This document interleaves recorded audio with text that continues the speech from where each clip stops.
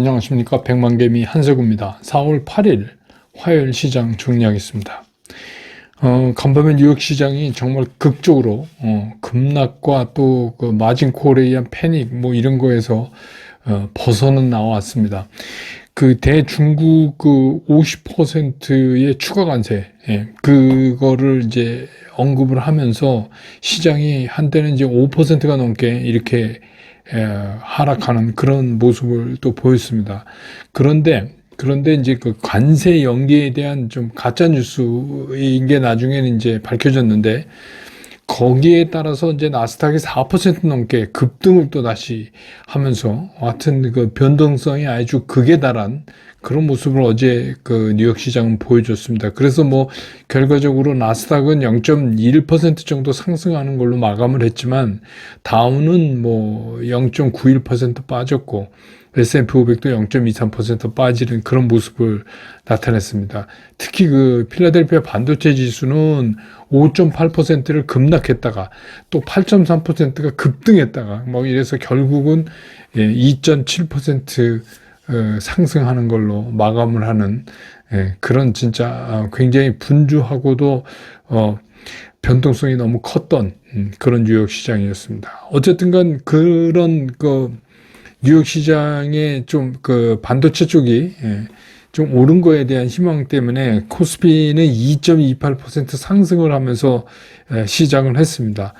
그런데 이게 전부 이제 개인 매수에 의해서 이루어진 거고, 시작과 동시에 외국인과 기관은 그 매도 우위를 종일 이어가는 그런 모습을 보였습니다. 그리고 이제 또 6월 3일이 이제 대통령 투표일이죠. 대선 투표일로 정해지면서 여야에서 모두 이제 그 많은 후보자들이 출사표를 던졌어요, 오늘. 이게 여권, 야권 다 합치면 그 열몇 명 되는 것 같아요. 이름도 다 못 외울 것 같은. 아무튼 그렇게 되면서 그 정치 테마주들의 움직임이 오늘 시장을 더 이제 좀 어지럽게 만드는 그런 모습을 오늘 나타냈습니다. 그렇지만 이제 뭐 말씀드린 대로 주가 지수는 시간이 흐르면서 좀 내려앉는 그런 모습을 보였습니다. 그래서 코스피 시장에서 오늘 외국인들은 6,467억을 순매도했고, 기관도 899억을 순매도했고, 개인만이 6,014억을 순매수했습니다. 그래서 오늘 코스피 지수는 2,334.23포인트, 어제보다 0.26% 상승하면서 장을 끝냈습니다. 코스닥도 2.26%, 666포인트로 시작을 했는데, 뭐 조금 더 상승했다가 또 추가적인 하락을 했다가 뭐 이렇게 움직이다가 결국은 이제 상승폭을 상당히 줄이는 상황에서 끝났는데, 외국인과 개인은 뭐 매도 우위였고, 기관 특히 이제 금융투자만이 매수에 나서는 그런 모습을 오늘 보여줬습니다. 그래서 오늘 코스닥 시장에서 외국인은 732억을 순매도했고, 개인도 744억을 순매도했고, 기관 특히 이제 금융투자만이 1,528억을 순매수하는 그런 모습을 보여줬습니다. 그래서 오늘 코스닥 지수는 658.45포인트, 어제보다 1.1% 상승하면서 오늘 시장을 끝냈습니다. 그래서 이제 오늘 양시장을 기술적으로 보면 그 갭 하락에 대한 반등치고는 턱없이 약했어요. 그래서 지금 그래프를 보시면 알지만, 이렇게 갭 하락이 되면서 이렇게 뭉텅이가 지고 또 갭 하락해서 또 뭉텅이가 지고 이런 식의 움직임을 지금 보이고 있거든요. 그거는 이제 왜 그런 현상이 일어나냐면, 갭 하락한 다음날 이 갭 하락을 극복을 못하고 다시 뭉쳐져서 또 하락이 나오기 때문에 이제 이런 거죠. 그래서 지금 뭐 기술적 분석을 보면 시장이 뭐 상승한다 쪽에 희망은 줄 수 없는 이제 그런 모습을 보이고 있습니다. 오늘 환율은 이 시간 현재 1,472원 80전. 많이 올랐네요. 그렇게 70원이 넘어갔습니다. 시총 상위 종목들을 보면 오늘 진짜 좀 참담했어요. 삼성전자나 SK 하이닉스나 현대차나 기아나 셀트리온, 네이버, KB금융 이런 것들이 전부 외국인과 기관이 동시에 매도하는 그런 종목이었고, LG에너지솔루션은 외국인은 376원 팔았는데 기관이 좀 샀고, 삼성바이오로직스도 외국인은 498억 팔았는데 기관이 220억 샀고, 다만 이제 한화 에어로스페이스만 외국인과 기관이 동시에 매수한 종목이 되겠습니다. 471억 383억. HD 현대중공업은 이제 조선인데 외국인이 2억을 팔았고 기관이 182억을 샀습니다. 그 다음에 이제 그 코스닥에 가면 알테오젠만 외국인과 기관이 동시에 샀어요. 131억 260억. 그 나머지는 뭐 외국인이 전부 팔고 기관은 전부 사고 뭐 그런 모습을 보였습니다. 에코프로비엠, 에코프로, HLB, 레인보우 로보티스 다 마찬가지입니다. 오늘은 이제 왜곡 현상이 많이 났어요. 이제 앞으로 이런 게 이번 주 계속될 것 같은 느낌이 드는데, 그게 뭐냐면, 기존의 섹터가 움직였다고 보지만 섹터가 아니라 전부 이제 뭐 누구 관련주, 누구 대선 주자 관련주들이 오늘 시장은 상당히 흐트러 놨는데, 그런 가운데서도 이제 조선기자재, 이런 것들은 뭐 이런 거죠. 이리 봐도 그렇고 저리 봐도 그렇고 믿을 건 조선밖에 없다. 그러니까 이제 반등할 때는 그래도 믿을 건 조선뿐이 없다, 이제 이거예요. 그래서 지금 우리가 받고 있는 관세 압박에도 비교적 경쟁력 있는 섹터가 조선이죠. 그래서 이제 그런 부분의 문제하고, 그다음에 이제 희귀금속인데, 이 희귀금속은 이게 점점 극으로 내닫는 그 미국하고 중국의 무역 그 마찰 때문에 점점 더 희귀금속이 정말 희귀해지는 그런 이제 상황으로 지금 가고 있어요. 그런데다가 미국이 이제 중국하고 부딪힐 거에 대비해서 그 대안으로 마련했던 우크라이나의 그 히토류에 대한 우려가 이제 슬슬 나오기 시작했어요. 그래서 그 우크라이나 갖고 있는 그 매장량, 그러니까 히토류 한 50개 종목 중에서 22개가 이제 우크라이나에 있다고 그러는데, 그 매장량이 그게 옛 소련 당시에 측정해 놓은 거랍니다. 그래서 그게 맞는지도 모르겠고, 그 다음에 이제 뭐 전쟁하면서 다 막 무너지고 파괴되고 막 이래서, 과연 그거를 이제 다시 이렇게 해서 채굴해서 그거 히토류 그 분석하고 그 재련해내는 데까지의 경제성에 대한 의문이 들기 시작했어요. 그 꽤 걸린대요, 시간이. 10년 이상 걸린다, 뭐, 전문가 얘기는 또 외신 보니까 그렇더라고요.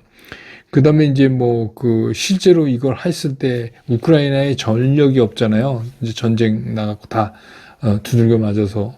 근데 이게 이제 전력이 필요한데, 그거 과연 어떻게 될까? 뭐, 하여튼 이런 얘기 때문에 희귀금속이 더 움직이고.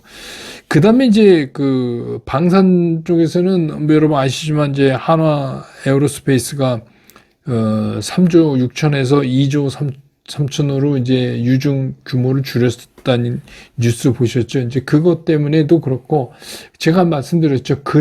그때 그 유증 발표하는 날이 한화그룹 바닥이었다. 이제는 올라간다. 이렇게 말씀드렸죠. 올라가죠.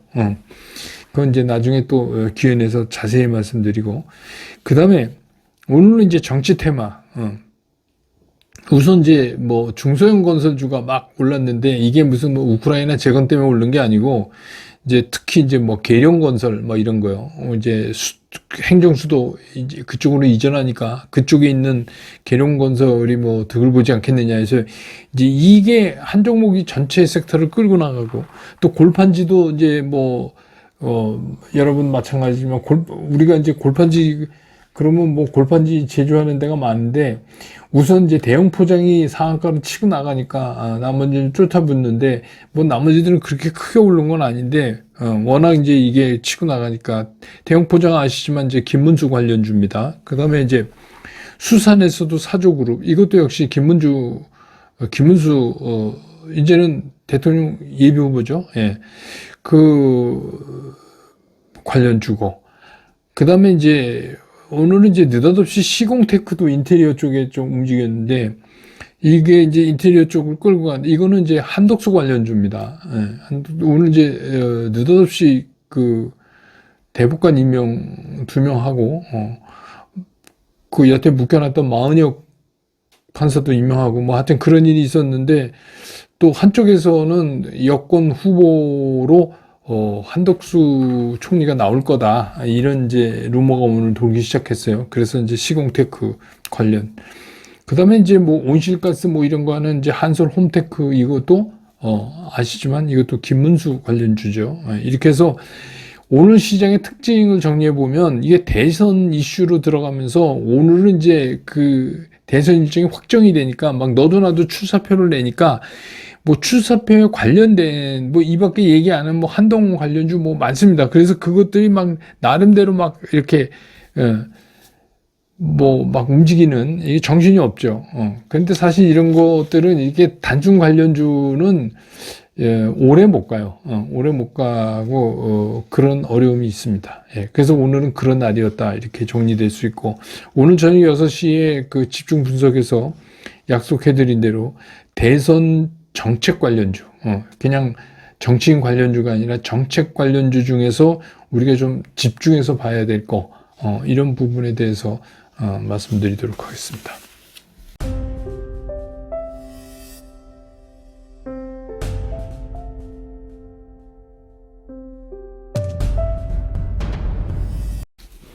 시장을 보면 미국이 이제 중국을 제외한 모든 국가에 대해서 90일간 관세를 유예하는 방안을 검토한다. 라는 이제 뉴스가 나오면서, 근데 사실 이 뉴스를 타고 들어가면 진원지는 누구냐면 그 트럼프 대통령의 가장 큰 지지자나 후원자 중에 한 사람이죠. 헤지펀드 매니저기도 한 그 빌 에크먼이 이제 자기 자신의 견해를 SNS에 밝힌 건데, 그게 이제 이렇게 땡겨지면서 뉴스가 돼버렸어요.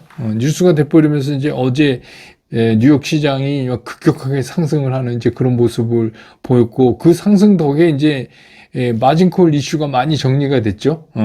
많이 정리가 됐고, 그 후에 이거 루머다 이렇게 이제 다시 얘기가 나왔었는데도 일단 크게 떨어지지는 않았어요. 그거는 아무래도 이제 채권 가격 영향인 것 같은데, 채권 가격이 떨어지면서, 다시 말해서 채권 금리가 오르면서 이제 주식 매수 쪽으로 움직여진 거 아닌가, 이제 이런 생각이 듭니다.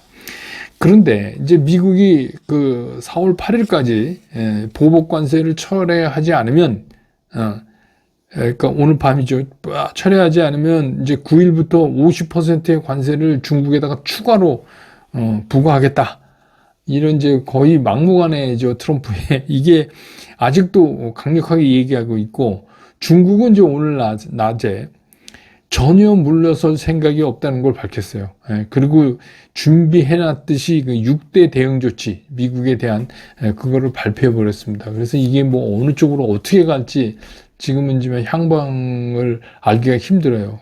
이거는 이제 결국 이제 죽이살기로 서로 이제 마주보고 달리는 거 아닌가, 그런 생각이 듭니다. 그러니까 상황이 이러니까 주가가 뭐 어떤 걸 반등한다고 해서 이게 상승 기조로 전환됐다, 이렇게 쉽게 판단하기가 상당히 어려운 시기다, 이런 겁니다.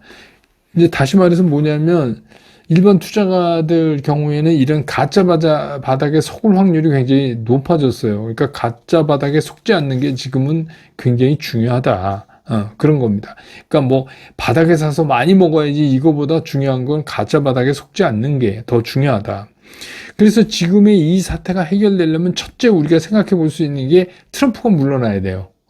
트럼프가 지금같이 막무가내 하지 않고 조금 유연하게 이렇게 물러서야 하는데, 이거는 뭐 아시지만 트럼프 성향으로 봐서 우리가 기대하기가 좀 힘든 거 아니에요? 그러니까 좀 저는 이제 그렇다고 보는데, 거기에다가 또 하나 이제 좀 부담이 되는 게, 이제 뭐 취임한 지 100일도 안 됐는데 쉽지 않을 거예요. 100일도 안 됐는데 뭐 스스로 자기가 접고 그러기는 굉장히 그 사람 성격상 어렵지 않나. 그러니까 이제 그러려면, 할 수 없이 물러나려면 미국 경제가 더 망가져야 돼요. 지금보다. 지금같이 정도 갖고는 트럼프는 꼼짝도 안 할 것 같다. 그렇습니다. 그래서 뭐 어쨌든 어제같이 뭐 이게 빌 해커먼 이런 사람들의 뭐 이런 이제 뭐 유예한다 뭐 이런 뉴스, 일종의 해피닝이죠. 뭐 이런 게 나온다 그래도 이게 지금 전 세계를 누르고 있는 그 관세 파괴력을 막을 수는 없어요. 그러니까 실제로 그렇게 되지 않는 한, 근데 이제 그런 오르락내리락 하는, 들락날락 하는 걸 우리가 속을 수 있다, 이런 거죠. 그리고 이제 더 좀 회개한 게 제가 이제 어떤 그 미국 쪽 자료를 보다 그러는데 이 트럼프 대통령도 미국도 뭐 트럼프의 관세 정책에 반대해서 막 사람들이 시위하고 이러니까 미국 전 국민이 그러는 것 같지만 실제로 그렇지 않습니다. 상당히 그 미국에서도 트럼프 대통령을 지지하는 우파들은 우파 특히 유튜버들은 굉장히 그 트럼프 대통령을 지원하고 있어요. 근데 이제 그 사람들이 자주 쓰는 게 뭐냐면 우리가 이제 흔히 M7이라고 하는 이제 매그니피센트 7 이런 이제 기술주들 있잖아요. 이 주식은 거의 90%가 이게 부자들이 소유하고 있기 때문에 이게 주가 하락이 좀 된다고 그래서 이게 서민 경제에 아무 영향이 없다. 이런 얘기를 이제 그 미국의 극우 유튜버들이 계속 하고 있는데 이게 트럼프 대통령이 이제 그 찌라시를 인용해서 얘기를 하고 있어요. 참 희한한 일입니다. 근데 그게 그렇지 않은 게 여러분 아시지 않습니까? 이 매그니피센트 세븐은 우리나라 개미, 성악개미도 많이 가지고 있어요. 근데 무슨 뭐 90%가 넘게 부자들이 가지고 있어서 뭐 떨어져도 괜찮다. 이게 뭔 소리인지 모르겠는데. 아무튼 그 트럼프 대통령도 그러니까 잠깐 기다리면 돼. 뭐 이런 식의 맥을 이제 같이 하고 있다. 그래서 이제 지금은 어떻게 보면 미국하고 중국이 이렇게 부딪히는 큰 엄청난 강진이 예고되어 있는 거예요. 이게 그 지구에 이런 판이 탁 부딪히면 되는 것처럼 이게 이제 그걸 눈앞에 두고 있잖아요. 이제 안 부딪히면 좋은데 그 안에 해결 좀 찾는데 이게 부딪히면 이 부딪히는 상황에서 뭐 엄청난 파괴력이 있을 거고 또 여진도 엄청나게 생길 거고 그러니까 그런 거에 대해서 상당 기간 나빠졌을 경우에 우리가 힘들 각오를 지금 해야 되는 거다. 물론 그러다가 안 나오면 좋은 거지만 각오는 그렇게 해야 된다 그런 거죠. 그래서 참고로 보면 지금 1963년 이후에 이틀 동안 연속해서 이렇게 툭툭 그 주가가 10% 이상 하락한 상태에서 거기서 바닥을 찍고 올라온 게 딱 세 차례 있었어요. 그게 언제냐면 1987년 10월 아시죠 여러분 이거 블랙 먼데이 그 유명한 블랙 먼데이 그래갖고 그때 이제 그 연준의 그리스펀 의장이 그리스펀 풋 이래가지고 막 유동성 공급하고 이래서 이제 살려놨잖아요. 그리고 이제 두 번째가 2008년 11월 리먼 사태 그 유명한 서브프라임 모기지 그거 터졌을 때 그때도 이제 뭐 연준이 막 QE라고 그때 이제 얘기하면서 막 이렇게 했던 때가 있고 그 다음에 이제 2020년 3월 코로나 팬데믹 때 그때도 이제 뭐 엄청나게 연준이 파월 의장이 지금 엄청나게 이거 뿌렸잖아요 돈을. 그래서 딱 세 번 있는데 그 이틀 연속해서 10% 이상 하락한 후에 그게 바닥이 형성된 거는 세 번이 있었는데 이 세 번의 공통점이 뭐냐면 연준이 유동성을 공급했어요. 그러니까 이게 시장은 수급보다 더 정확한 게 없어요. 연준이 유동성을 공급하면서 그게 증시의 바닥의 트리거가 됐다는 거예요.